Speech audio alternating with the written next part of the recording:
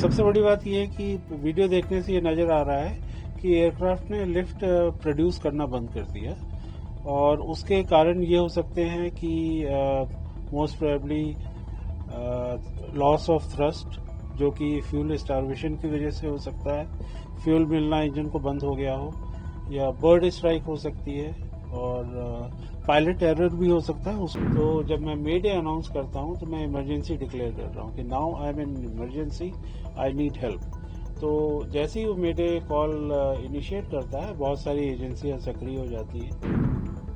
तो इस केस के अंदर भी यही हुआ है कि जब पायलट ने, हमारा एक डिसीजन स्पीड होता है जो कि बाहर के temperature, weight of the aircraft और काफ़ी सारी चीज़ों पे निर्भर करता है। उसके पहले अगर हमारे पास कोई किसी भी गलती आती है, वार्निंग आती है, तो पायलट का काम होता है उस टेक ऑफ को रिजेक्ट कर देना। इस पर्टिकुलर केस में एयरक्राफ्ट अपनी डिसीजन स्पीड तक पहुंचा है और फिर उसने टेक ऑफ इनिशिएट किया है। दैट मीन्स वहां तक उसको कोई वार्निंग नहीं आई है। जब उसने टेक ऑफ इनिशिएट कर दिया है उसके बाद वो कुछ हुआ है, जो भी हुआ है। सर 12 जून को जिस तरह से एयर इंडिया का एक एयरक्राफ्ट क्रैश हुआ जी, सर आपको क्या लगता है, क्या कुछ टेक्निकल ग्लिच आया हो सकता है? काफी लंबा टाइम आपका एक्सपीरियंस है सर एयरक्राफ्ट उड़ाने का, क्या कहेंगे सर इसमें? पहली बात तो ये कहना चाहूंगा, बहुत दुखद घटना है और one of the rarest of rare घटना हुई है। और जो भी हम अभी कहेंगे वो एक स्पेकुलेशन होगा, बट फ्रॉम माय एक्सपीरियंस और जो हमने इसके वीडियोस देखे हैं, सिर्फ हम एक कयास लगा सकते हैं कि ये पॉसिबिलिटी हुई होगी। तो सबसे बड़ी बात ये है कि वीडियो देखने से ये नजर आ रहा है कि एयरक्राफ्ट ने लिफ्ट प्रोड्यूस करना बंद कर दिया और उसके कारण ये हो सकते हैं कि most probably loss of thrust, जो कि फ्यूल स्टार्वेशन की वजह से हो सकता है, फ्यूल मिलना इंजन को बंद हो गया हो, या बर्ड स्ट्राइक हो सकती है और पायलट एरर भी हो सकता है। उसको भी हम नजरअंदाज नहीं कर सकते, नकार नहीं सकते। और टेक्निकल फेलियर भी हो सकते हैं कि एयरक्राफ्ट में बहुत सारे एडवांस सिस्टम होते हैं और हालांकि वो फेल प्रूफ होते हैं, लेकिन फिर भी इंस्ट्रूमेंट तो इंस्ट्रूमेंट है, कभी भी कुछ हो सकता है, तो उसको भी नकारा नहीं जा सकता। तो इनमें से कुछ भी हो सकता है। तो सर अब आपको क्या लगता है किस तरह से पता चल पाएगा, क्योंकि ब्लैक बॉक्स मिल गया है? सबसे पहले तो ये बताइए कि ब्लैक बॉक्स का क्या काम होता है और क्या उसकी इन्वेस्टिगेशन के बाद पता लगाया जा सकता है कि आखिर वजह क्या रही क्रैश होने की? जी, पहली बात तो जो ब्लैक बॉक्स होता है, एक बॉक्स है जो कि इंस्टॉल्ड होता है एयरक्राफ्ट में एक्सट्रीम आफ्ट में, जो कि टेल सेक्शन होता है एयरक्राफ्ट का। वहाँ पे इसलिए उसको इंस्टॉल किया जाता है ताकि अगर एयरक्राफ्ट क्रैश हो तो वो लीस्ट डैमेज लोकेशन होगी, और वो इतना स्ट्रांग बनाया जाता है कि वो it can withstand N explosion also. और उसमें ब्लैक बॉक्स में दो कंपोनेंट होते हैं, एक सीवीआर कॉकपिट वॉइस रिकॉर्डर, जिसमें कि हम कॉकपिट में जो भी बात करते हैं तो वो सारी की सारी रिकॉर्ड होती हैं, और दूसरा कंपोनेंट होता है उसका DFDR, जिसको बोलते हैं digital data flight data recorder. और उसमें बेसिकली एयरक्राफ्ट के इंजन के और एयरक्राफ्ट के सारे पैरामीटर्स रिकॉर्ड होते हैं। उसमें अगर इंजन के कोई पैरामीटर्स हैं, फ्यूल के हैं, सिस्टम्स के हैं, वो सारे पैरामीटर्स रिकॉर्ड होंगे। और जैसे एयरक्राफ्ट अगर ग्राउंड पे है तो उसकी ग्राउंड स्पीड भी रिकॉर्ड होगी, अगर वो फ्लाइट कर रहा है तो उसकी फ्लाइट स्पीड रिकॉर्ड होगी, कितना उसका पिच था, पिच अप था कि पिच डाउन था, वो भी रिकॉर्ड होगा, बैंक एंगल रिकॉर्ड होगा। तो ये सारे पैरामीटर्स रिकॉर्ड होते हैं। पर हालांकि इस केस के अंदर ब्लैक बॉक्स रिकवर हो गए हैं, पर हम उससे वो कोई जादुई वो ब्लैक एंड व्हाइट में नहीं बोल सकता कि ये गलती थी, क्योंकि उससे पहले डेटा डिराइव किया जाएगा, उसका एनालिसिस होगा। वो सिर्फ हमें डेटा प्रोवाइड करता है, फिर इन्वेस्टिगेटिव एजेंसीज होती हैं, उस डेटा को स्टडी करती हैं, एनालाइज करती हैं, and then they will come to some conclusion कि एक्चुअली में क्या हुआ हो सकता है। तो काफ़ी लोग सोचते हैं कि ब्लैक बॉक्स सब कुछ बता देगा, ऐसा नहीं है। वो हमें सिर्फ डेटा प्रोवाइड करता है, डेटा ये सारी जांच एजेंसियां उसको एनालाइज करती हैं, फिर रिजल्ट पे आती हैं। सर एक सवाल ये है कि जिस तरह से बोइंग का एयरक्राफ्ट क्रैश हुआ है, जी अब बोइंग एयरक्राफ्ट की जो सिक्योरिटी है जी उस पर भी अब सवाल खड़े होने शुरू हो गए हैं। कई सारे एविएशन एक्सपर्ट सवाल खड़े कर रहे हैं, कई लोग ये भी कह रहे हैं कि सुरक्षित है। ये जो पर्टिकुलर विमान क्रैश हुआ है सर, ये कितना सुरक्षित था और इसके बारे में क्या कहेंगे sir?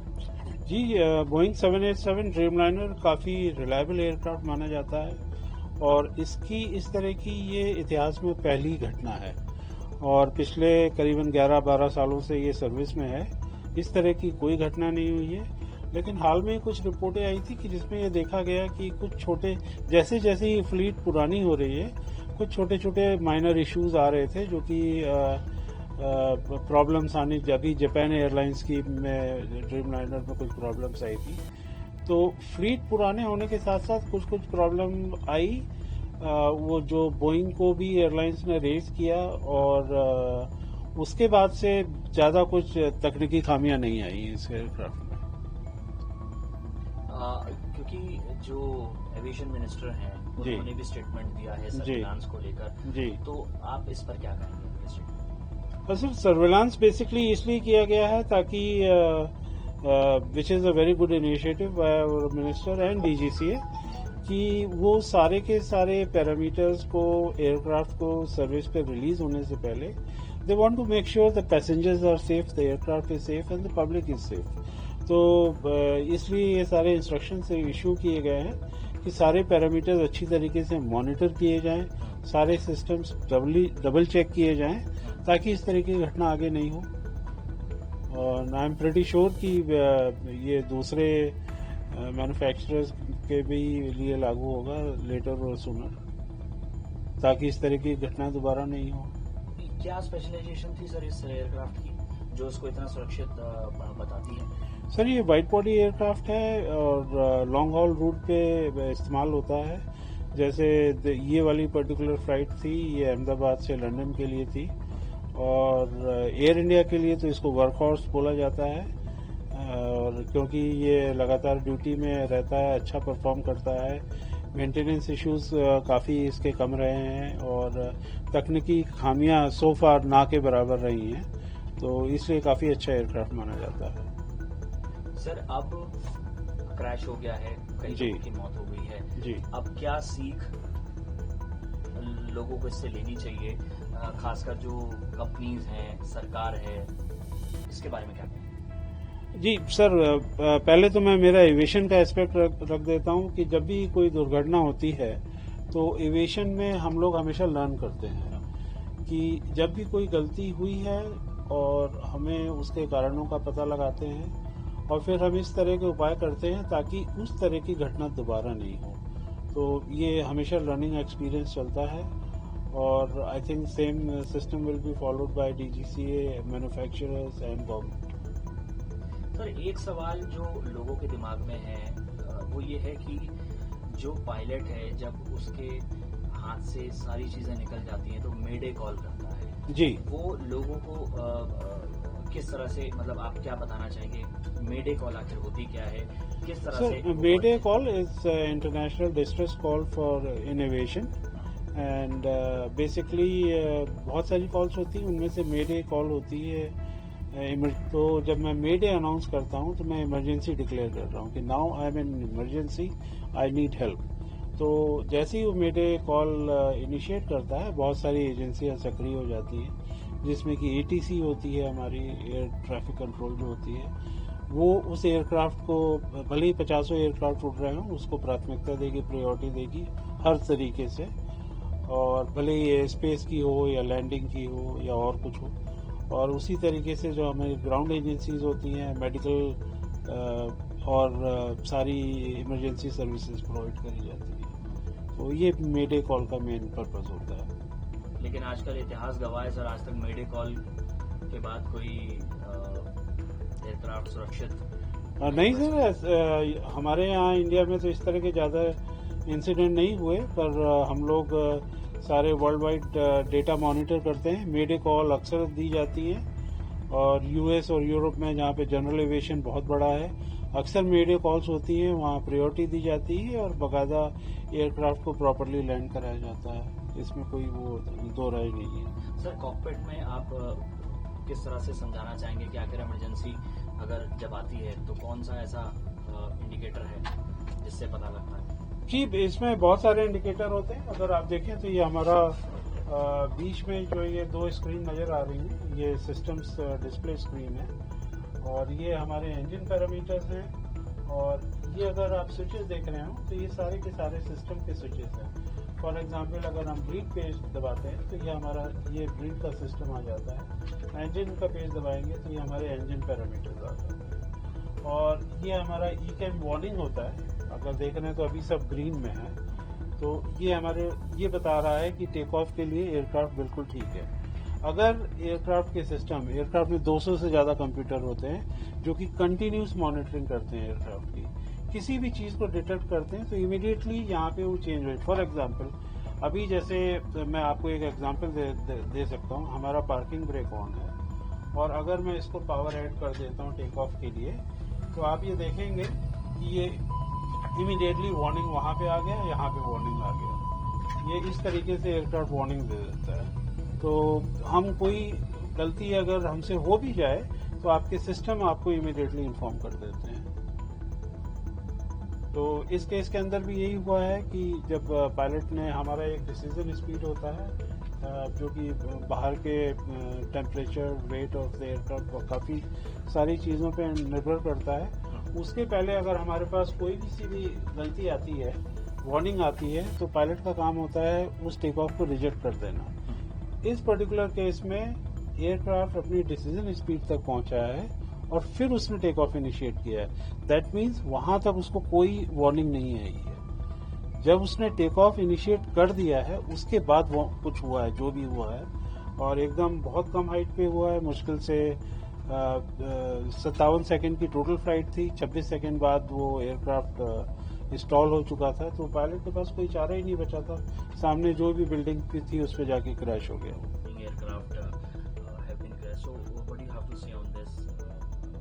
First of all, I would like to say it was a very, very tragic accident which occurred, and it will be marked as a black day in Indian aviation history. Not just Indian aviation industry, but the entire world aviation industry. So this was not supposed to happen, but it did happen, and that's really very tragic. I feel very sad for the families, our aviation community also, and members of the family who have passed away. Sir, any reason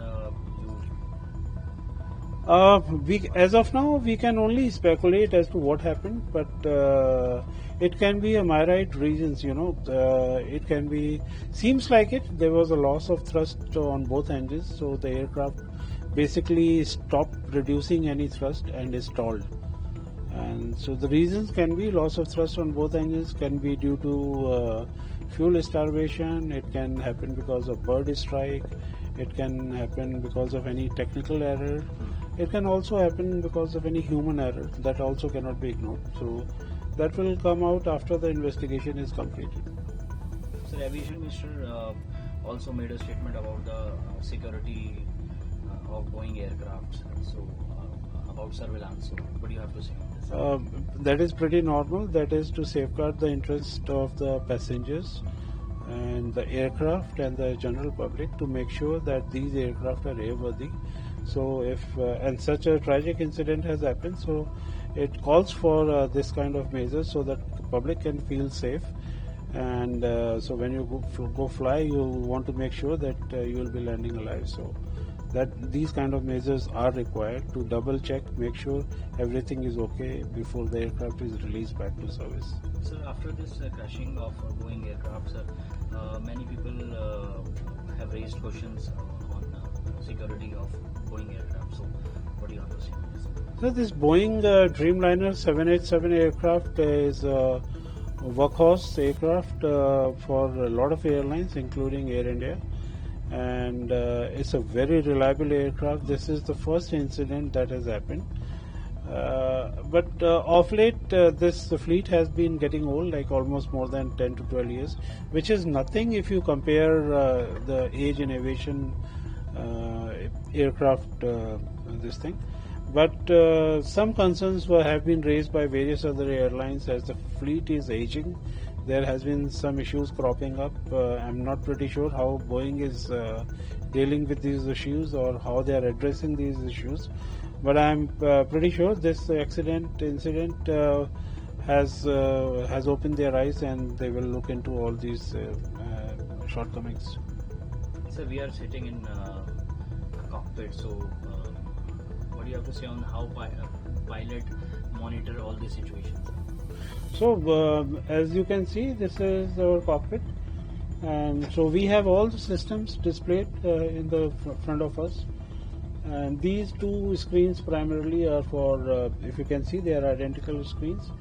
They are both for pilot and co-pilot, and the screens in the center, they are displaying all the systems of the aircraft. And then we have various selectors over here.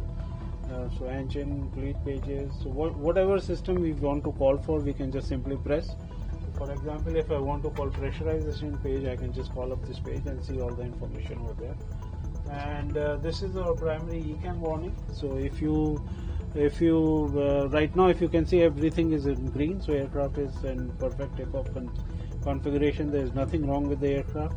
Any kind of warning that can happen, you will see right away straight ahead. And you will see, if it is a emergency warning, it will come red in color. If it is something which is not that serious, it will come in amber color. प्रभातखबर.com, विश्वास वही, रफ्तार नहीं।